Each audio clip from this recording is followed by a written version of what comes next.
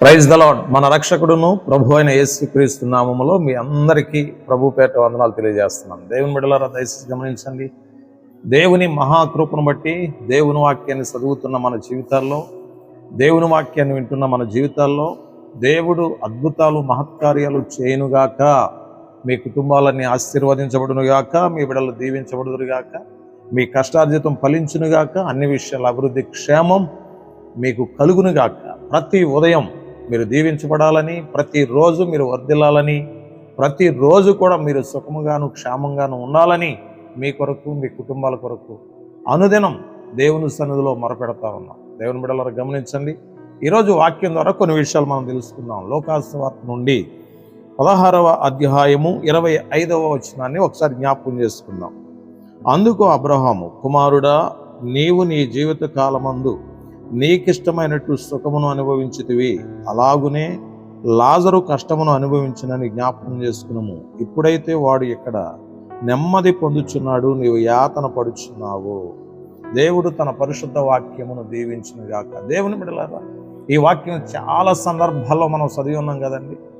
ఈ వాక్యం చాలా మంది దైవజనులు వాక్యం చెప్పినప్పుడు మనం విని ఉన్నాం కదా. దేవుని బిడ్డలారా, ఎవరి గురించి తెలుసండి? దేవుని బిడ్డలారా, ధనవంతుడి గురించి, లాజరు గురించి. ఈ విషయాన్ని మనం బాగా అర్థం చేసుకోవాలి. ధనవంతుడు యాతన పడుచున్నట్లు దేవుని వాక్యం చెప్తుంది. లాజరు నెమ్మది పొందుతున్నట్లు దేవుని వాక్యం చెప్తుంది. దేవుని వాక్యంలో రాయబడి ఉంది కదా, ధనవంతుడట సుఖాన్ని అనుభవించాడట, లాజరు కష్టాన్ని అనుభవించాడు. దేవుని బిడ్డలారా, లాజరు ఎల్లప్పుడూ దేవుని సన్నిధిలో స్తుతించేవాడిగా, ప్రార్థించేవాడిగా, దేవుని నామాన్ని మహిమపరిచేవాడిగా ఉన్నాడు. లాజరు తన జీవితంలో అనుభవించినటువంటి కష్టాలు ఎన్ని కావాలి. భయంకరమైనటువంటి కురుపులతో బాధపడుచున్నప్పుడు కుక్కలు కూడా వచ్చి లాజరు యొక్క శరీరాన్ని నాకుతూ ఉన్న సందర్భంలో కూడా దేవుని నామాన్ని మహిమపరుస్తూనే ఉన్నాడు. అటువంటి శోధనలో కూడా దేవుని కష్టాన్ని అనుభవించాడు. ఈరోజు వాక్యం వింటున్న సహోదరి, సహోదరుడా, దయచేసి గమనించు. నీ జీవితంలో కూడా ఎన్నో కష్టాలు, ఎన్నో బాధలు, ఎన్నో శ్రమలు, ఎన్నో ఇబ్బందులు, భయంకరమైనటువంటి వ్యాధులు, రోగాలు రావచ్చు. అయితే అవి వస్తున్నాయని చెప్పి చాలామంది ఏం చేస్తారంటే దేవుని మీద అలగటం ప్రారంభిస్తారండి. దేవునికి వ్యతిరేకంగా జీవించడం ప్రారంభిస్తారు. దేవుని ఎడల విశ్వాసం ఉంచరండి. చాలామంది అంటారు, దేవుడు నాకే పెట్టాలా ఈ బలహీనత, నాకే పెట్టాలా ఈ రోగం, మా కుటుంబంలోనే రావాలా ఈ కష్టాలని చాలామంది గొణుక్కొని సనుక్కొని దేవునికి వ్యతిరేకంగా జీవించేటువంటి వాళ్ళు చాలామంది ఉన్నారు.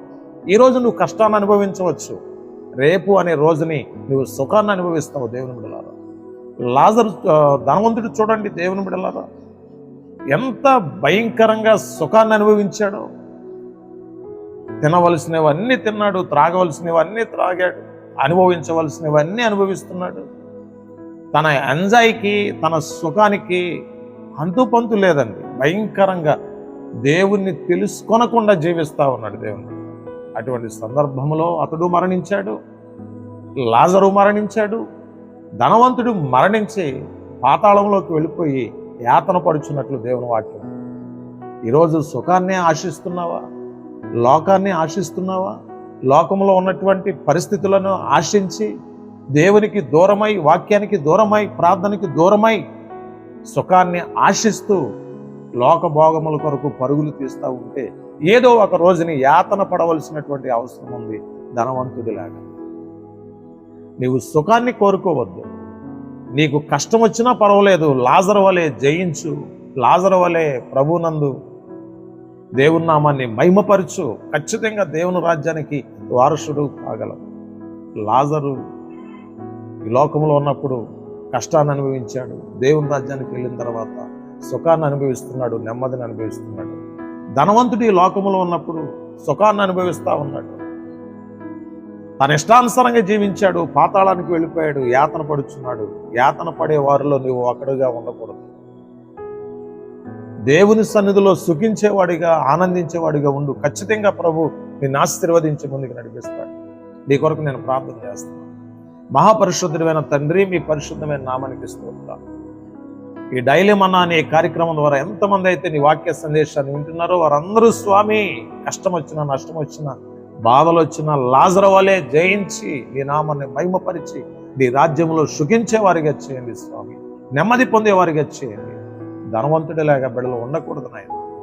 ధనవంతుడి లోకాన్ని అనుభవించాడు, లోకంలో ఉన్న సుఖాన్ని అనుభవించాడు, చేయవలసిన శాస్త్రాలన్నీ చేశాడు, పాతాళానికి వెళ్ళిపోయి యాతన పడుచున్నట్టు నీ వాక్యం చెప్తుంది. ఈ రోజు నాయన ప్రతి ఒక్కరిని మీరు దీవించండి, బలపరచండి, అభిషేకించండి. నీ రాజ్య వారసులు అవడానికి ప్రతి ఒక్కరి జీవితంలో అద్భుతం చేయమని యేసు నామములో అడుగుచున్నాం తండ్రి, ఆమేన్. మీ అందరికీ ప్రభు పేట వందనాలు తెలియజేస్తున్నాను. God bless you.